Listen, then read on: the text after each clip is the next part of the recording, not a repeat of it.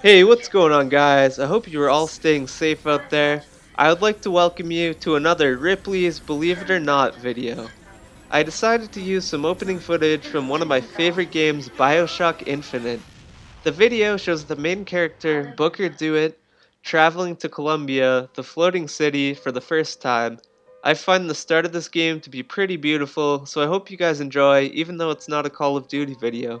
So without further ado, here is some wild, believe it or not. Brothers Erskine L. Eben and Neville Eben of Bermuda died 1 year apart after being struck by the same taxi, driven by the same driver, and carrying the same passenger. Although sad, this one has to be true. You can't make this stuff up. In 1968, the famous astrologer Jean Dixon was about to give a speech at the Ambassador Hotel in Los Angeles. As she passed through the kitchen to get to the room where she was scheduled to speak, she stopped suddenly and blurted, "This is the place where Robert Kennedy will be shot. I can see him being carried out with blood on his face." Her prediction came true not long afterward. Okay, why was Kennedy not informed of this vision? Or if he was, why would he still go? I would be scared to go there if someone predicted me getting shot, that's for sure.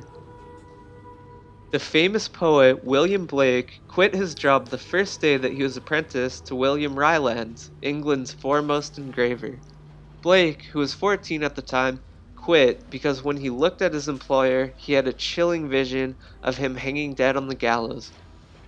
12 years later, the vision came true when Rylands was hanged for forgery. This story definitely gives me chills, and that would be creepy for sure. In 1647, after sailing from England, a ship loaded with colonists and their possessions disappeared and was never heard from again. 1 year later, as witnessed by earlier colonists, it appeared in the sky with astounding clarity. Henry Wadsworth Longfellow's poem, "The Phantom Ship," commemorates this event. That would be crazy to witness and a little spooky at the same time, for sure. Over the years, nearly a dozen ghosts have haunted the White House. Mary Todd Lincoln saw the ghost of Andrew Jackson, Harry Truman saw the ghost of Abraham Lincoln, and William Howard Taft saw the ghost of Abigail Adams. I don't think I've seen a ghost before, so who knew a trip to the White House might do the trick? I'll definitely have to add that to my bucket list once things calm down a bit, that's for sure.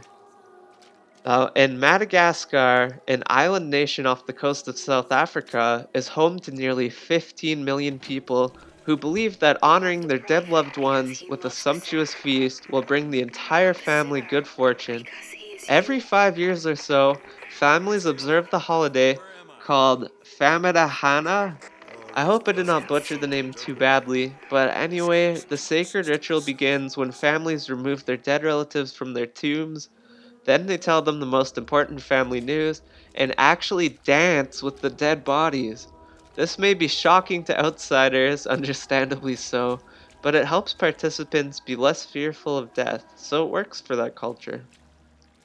Afterwards, the dead bodies are given new shrouds and placed back into their tombs. In 1650, Oswald Crow of Lindau, Germany, was convicted and executed for murder. Kroll was later vindicted. From that day on, his skeleton was propped up before the jurist who had pronounced his death sentence. So, God, that'd be a tough pill to swallow, convicting an innocent person of murder, having him sentenced to death, and then having to live with that after. That's really too bad. But moving on, if Benjamin Franklin had had his way, the United States national bird would be a turkey instead of a bald eagle. So this is an interesting choice, and I wonder why a turkey. For 3,000 years, the secret of making silk was known only to the Chinese. Anyone who revealed it to a foreigner would be put to death.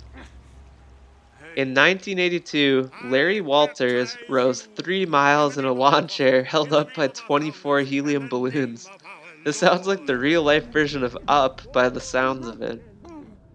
A flying automobile was flown successfully in the United States in 1947, but crashed because the pilot had forgotten to fill the gas tank.